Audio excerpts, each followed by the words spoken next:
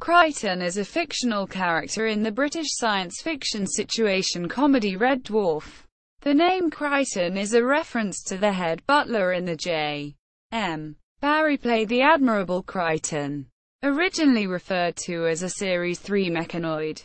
He is later described in the show as a 4000 series, or Series 4000, in their original plan for the series. Grant and Doug Naylor had specified that there would be no aliens and no robots. Following the success of the first appearance by the Kryten character, Naylor convinced Grant to bring him back. In the character's first appearance, originally only intended as a one-off, Kryten was played by actor David Ross, but the popularity of the character meant that Kryten was introduced as a regular in Series 3. The intention was to bring Ross back to play the role, but he was not available at the time, and the position was filled by Northampton-born actor Robert Llewellyn, whose performances as Kryten from Series 3 resulted in even greater popularity of the character. David Ross later returned to voice Talkie Toaster in the Series 4 episode, White Hole. Fictional history. Television. 1980s. Kryten, as portrayed by David Ross, first appeared in the Red Dwarf episode, Kryten, 1988, where he is characterized as a service mechanoid on board the Nova 5, a spacecraft originally from Earth. Kryten says that his entire purpose is to serve and have no regard for himself. Quote, he sends a distress call which is picked up by the crew of the mining ship Red Dwarf, claiming that the male crew died when the Nova 5 crash-landed on a planetoid, while the female crew are, according to Kryten himself, stable, but injured. The female crew have actually been dead for centuries. Kryten apparently not realizing this, and continuing to feed and serve them. Because there is no one else on board the Nova 5, Kryten starts a new life on Red Dwarf with the hologram Arnold Rimmer, Chris Barrie, as his new master. Dave Listy, Craig Charles, persuades Kryten to rebel against Rimmer, which includes showing him the movie's Rebel Without a Cause and Easy Rider, and to become independent. Kryten changes the portrait of Rimmer he paints to make it appear as though he was sitting on the toilet, and then pours soup onto Rimmer's bed sheets. Kryten takes Lister's space bike and goes out to find a planet with an atmosphere where he can grow a garden, which had always been a dream of his. This episode also marks a first in science fiction history in which an android deliberately gives a human being the finger. Kryten, as portrayed by Robert Llewellyn, returns in Backwards, 1989, where he permanently becomes a part of the Red Dwarf crew. At the start of the episode, Kryten is described in some scrolling text as being found in pieces after his spacebike crashed on an asteroid. Lister rebuilds Kryten, although he is unable to recapture his former personality. In the episode proper, Kryten causes the Starbug 1 shuttle to fall into a time hole while taking a driving test. Facilitated by Rimmer, the ship crash lands on Earth in a reality where time runs backwards, leaving Kryten, Rimmer and Red Dwarf's computer Holly, Hattie Hayridge, stranded. Rimmer and Kryten spend 3 weeks working as the novelty act the sensational Reverse Brothers, and begin to enjoy life in this new reality, but are fired by a pub manager, Arthur Smith, for a fight that Rimmer and Kryten become involved in later that night. Lister and the cat, Danny John Jules, come to rescue Rimmer, Kryten and Holly in another Starbug to get back to Red Dwarf. In Time Slides, 1989, Lister is seen traveling back in time by entering a photographic slide with mutated developing fluid to convince his younger self, played by Emile Charles, become wealthy and successful and not join the Space Corps. This consequently causes Kryten to never be rescued. Rimmer unwittingly reverses this new timeline by going back in time to his boyhood self, played by Simon Gaffney. causing Kryten to return to Red Dwarf. In The Last Day, 1989, a replacement android for Kryten is shown traveling en route to Red Dwarf, and a countdown for Kryten's shutdown disk activates, leaving Kryten with only 24 hours notice before all mental and physical action automatically stops, because of his service life expiring so the new model can be sold. Kryten reveals that he has a strong faith in Silicon Heaven, an afterlife for electrical equipment, which Lister tries and fails to convince to Kryten that it isn't real.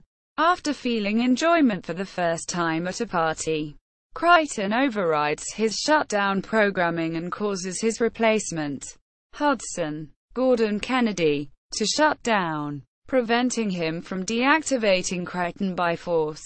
Because Hudson's android brain is unable to cope with the idea there is no Silicon Heaven, Kryten only surviving because he knew he was lying to Hudson. 1990s. In Camille, 1991, Lister is shown trying to teach Kryten how to lie, cheat and be offensive as part of a way to make Kryten break his programming and become independent. After Kryten dates and falls in love with the pleasure GELF called Camille, Judy Pascoe, firstly in the form of a 4000 series GTI mechanoid, and later her original amorphous blob form, Camille's estranged husband Hector, Rupert Bates, who like Camille is also a blob, lands in Red Dwarf's hangar to take her back and find an antidote for their condition.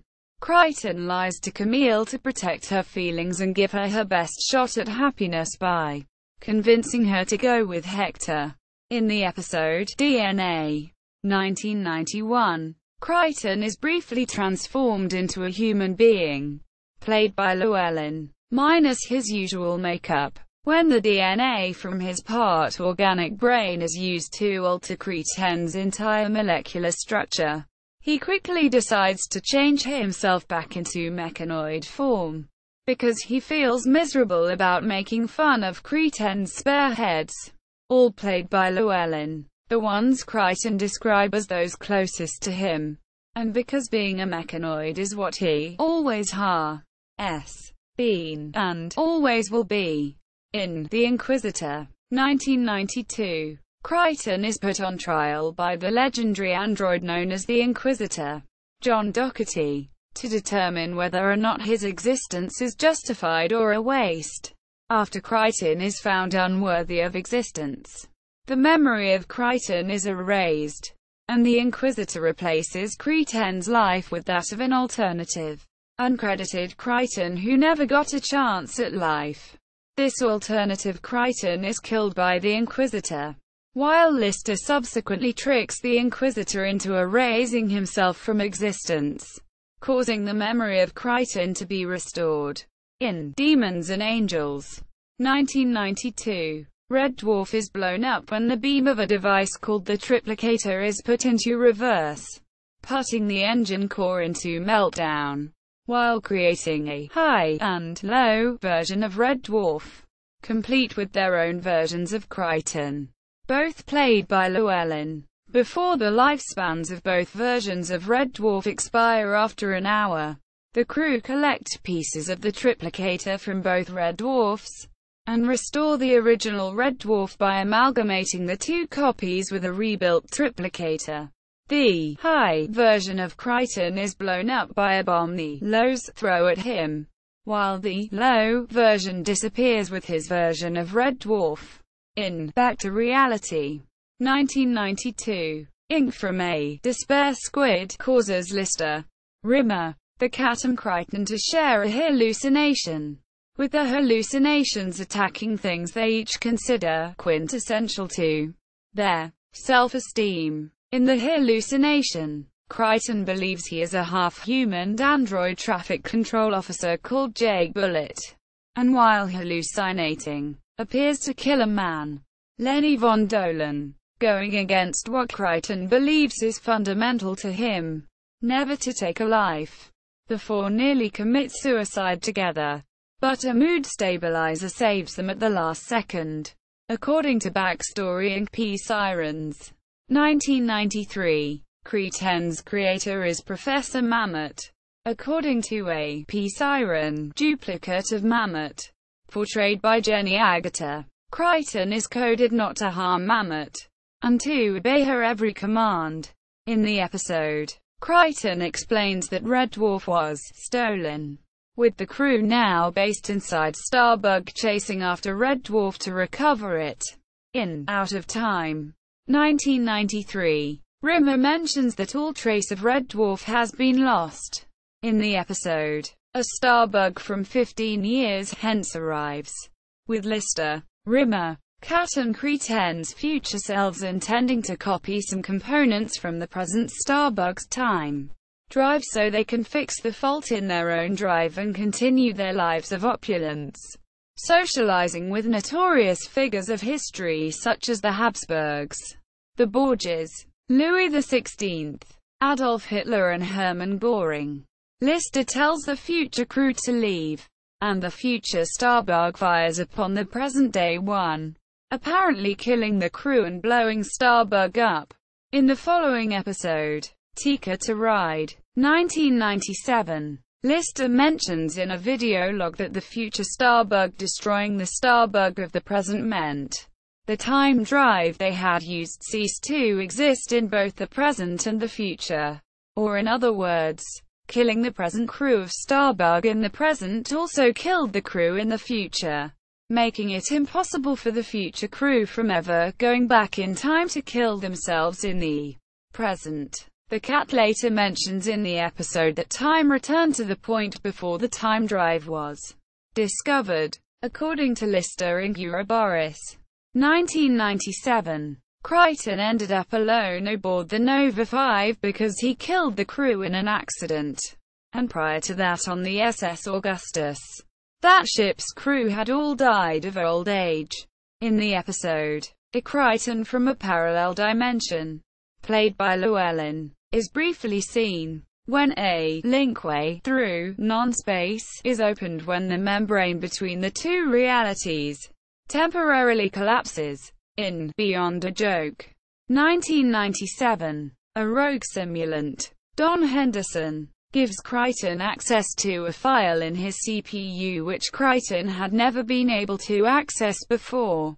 According to this file, Professor Mammut was due to marry a fellow bioengineer, John Warburton, when Warburton jilted Mammut the day before their wedding. As an act of revenge, Mammut created the 4000 series of droids in his image. As part of the joke, all of Kryten's negative emotions are stored in a file, Kryten's Negadrive. When this file gets full, it blows, just like Warburton used to. In Epideme, 1997, Kryten mentions completing his Bachelor of Sanitation course at Toilet University many years prior, where he studied the lavatorial sciences. Navigation officer Christine Koshonsky, Chloe Annette, retorts that Toilet University is simply a piece of software installed in Kryten. Lister has his right arm amputated in an attempt to rid his body of the Epideme virus. Voiced by Gary Martin, Koshonsky ultimately gets rid of the virus by temporarily stopping Lister's heart and containing the virus in deceased Red Dwarf crew member Caroline Carmen's Nikki Leatherbarrow arm, injected with blood and adrenaline, and tricking the virus into thinking the arm belongs to Koshonsky. In the following episode, Nanaki, 1997, Kryten tries looking for his self-repairing nanobots to rebuild Lister's arm, returning to the part of space where they were last seen. The crew discovers Red Dwarf has been converted by the nanobots into a planetoid made of sand and wholly restored to his old settings, played by Norman Lovett, and abandoned there, with the Red Dwarf's Starbug spent years chasing after being a subatomic version shrunken down and eventually exploring Lister's laundry basket, and the remaining bits they didn't want being left on the planetoid. Kryten orders the nanobots to rebuild Lister's arm and turn the planetoid back into Red Dwarf. Back in the Red 1999. Holly creates a new set of nanobots to bring the entire crew on board Red Dwarf back to life after Krytens had gone missing again. Included among the resurrected crew is Rimmer. After the hologrammatic simulation of Rimmer left Starbug, Lister, Rimmer, Cat, Kryten and Koshonsky are sentenced to 2 years in the ship's brig for misuse of confidential information, while on trial for unrelated crimes against the Space Corps. Kryten is also classified as a woman under Space Corps directives, because he doesn't have a penis. In Cassandra, 1999, the 5 of them get signed up by Lister to the convict army, the Canaries, after Holly lies to Lister that they're a singing troupe. In Kryten TV, 1999, the prisoner kill crazy Jake Wood reprograms Kryten. After his reprogramming, Kryten turns into a ruthless entrepreneur that runs a pay TV service in the prisoner's cinema called Kryten TV, making him rich, feared and respected off of hidden camera programming. In Peep Part 2, 1999, Kryten feels humiliated about being classified as a woman and being posted to the women's wing of the brig due to him being genitally challenged. To rectify this, he creates a penis he calls Archie out of an old electron board, toilet roll, sticky back plastic and an Action Man's polo neck. Archie, however, subsequently escapes Kryten and Kochensky's cell and runs amok in the prison. In Only the Good, quote, 1999, a corrosive microorganism is shown eating apart Red Dwarf. After Rimmer tries and fails to obtain the formula for an antidote from a mirror universe, where everything is opposite, and not being able to find anyone on Red Dwarf upon returning, a vending machine, voiced by Tony Slattery, informs Rimmer that everyone crossed back into the mirror universe. The machine opening the way to the mirror universe is shown to have been destroyed by the microorganism, leaving Rimmer stranded and the only crew member aboard Red Dwarf in his universe. 2000s. In Red Dwarf, Back to Earth, 2009. Set 9 years later, Red Dwarf is intact. The human race is apparently virtually extinct in the universe apart from Lister again. Lister, Rimmer, the Cat and Kryten are the only people on board the ship, and Rimmer is shown to be a hard light hologram and the most senior officer on board again. How these have come about and what happened to the microorganism is not explained. In this special, a female, despair squid, whose ink causes joy and elation instead of despair to defend herself, causes Lister, Rimmer, the Cat and Kryten to share a hallucination where they believe they are fictional characters from a TV series called Red Dwarf, and the dimension is invalid. This leads them to be shown being pulled into the nearest valid reality. They confront the creator of Red Dwarf, Richard O'Callaghan, on a version of 21st century Earth who is ready to kill off the characters, and Lister accidentally kills him. The four subconsciously realize that they're hallucinating, and they wake up on board Red Dwarf.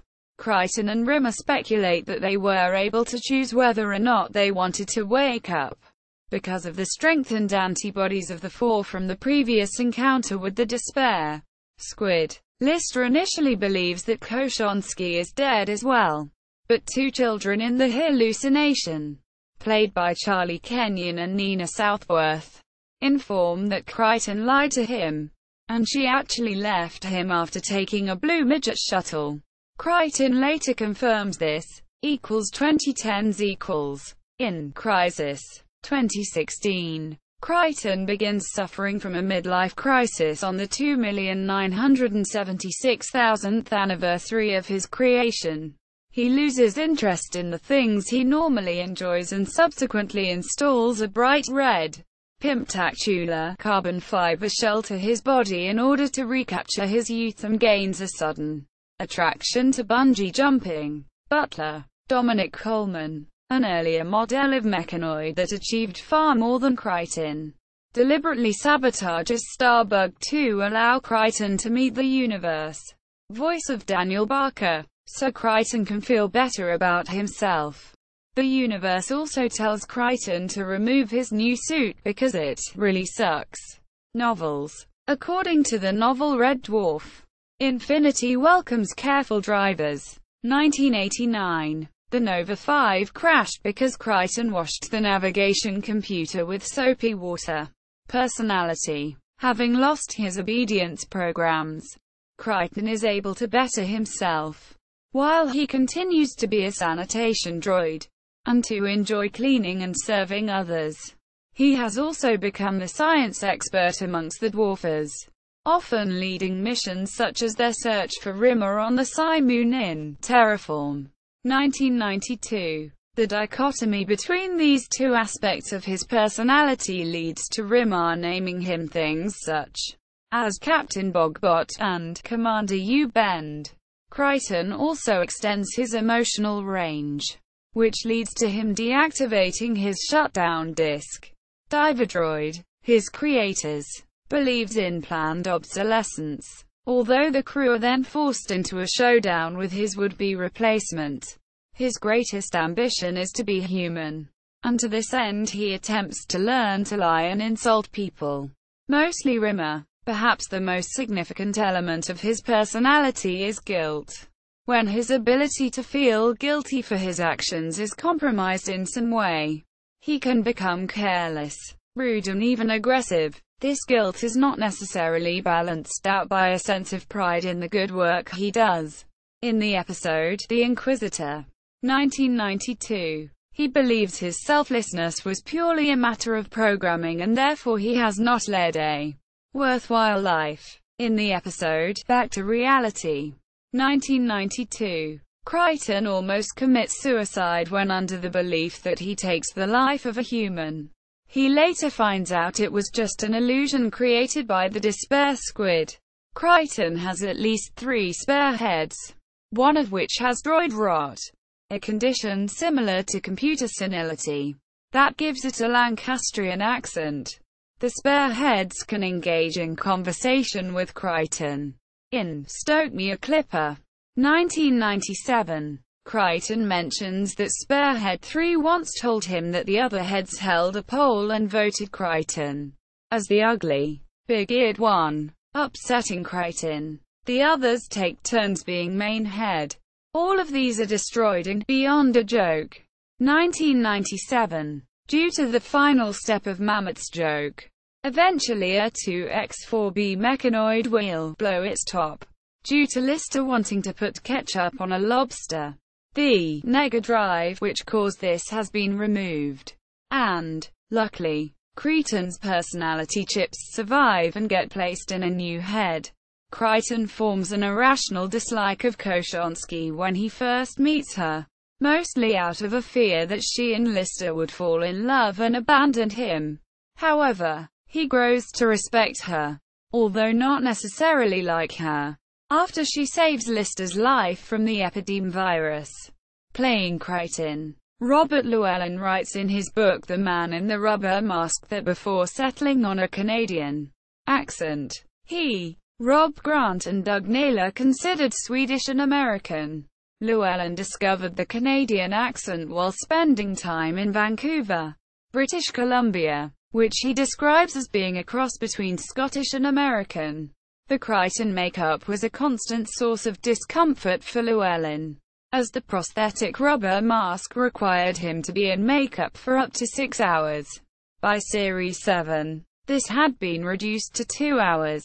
Llewellyn was the only British cast member originally invited to participate in the American version of Red Dwarf, though Chris Barrie was later also approached to reprise his role of Rimmer, as no American actor could hate themselves quite so well as the character needed. Barrie declined. In this series, Kryten was owned by the ship's captain prior to the disaster that wiped out the crew, and passed the 3 million years by repeatedly reading a sign saying, "Fire exit," in a loop. The Kryten costume and makeup was redesigned so Robert Llewellyn was more comfortable while inside it. Notes: